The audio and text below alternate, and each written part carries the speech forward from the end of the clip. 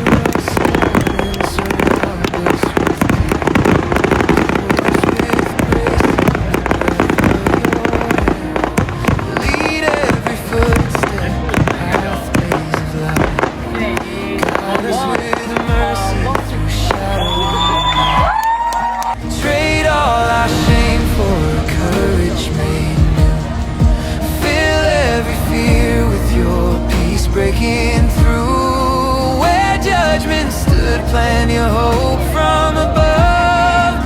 Hide us, oh Lord, in the fold of your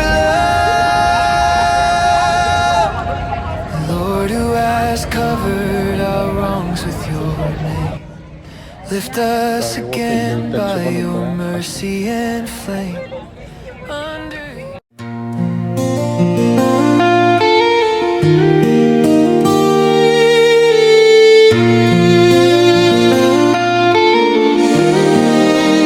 Loving Heavenly Father, today we praise you for the promise of Psalm 34:18,